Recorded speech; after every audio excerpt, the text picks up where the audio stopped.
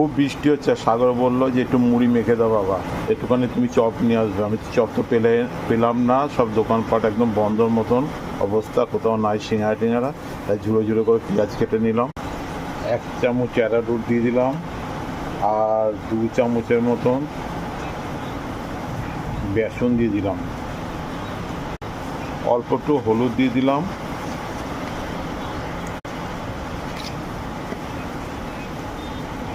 লবণ দিয়ে দিলাম, একটুখানি মশলা দিয়ে দিলাম, আর অল্প একটু কালো জিরে দিয়ে দেবো, চালের গুঁড়ো দিয়ে দিলাম 2 চামচের মতন। এরকমভাবে আগে ভালো করে একটুখানি চারিদিকে মাখিয়ে নিলাম। এবার জল পরিমাণ মতন দিয়ে দিলাম। দেখতে পাচ্ছ মিশ্রণটা তৈরি হয়ে যাচ্ছে, মাখা মাখা হয়েছে, ঠিক আছে।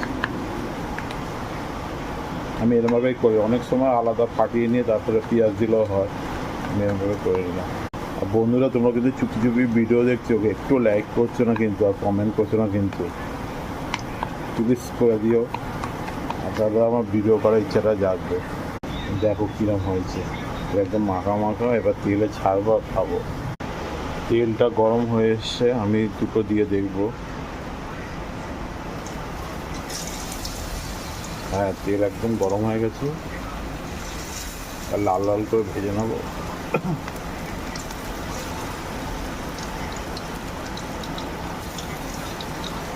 কী করবো, ঘরে সব কিছু আছে, দোকানে না থাকলে খেতে ইচ্ছে করলে তো একটু ভেজে নিলেই হয়।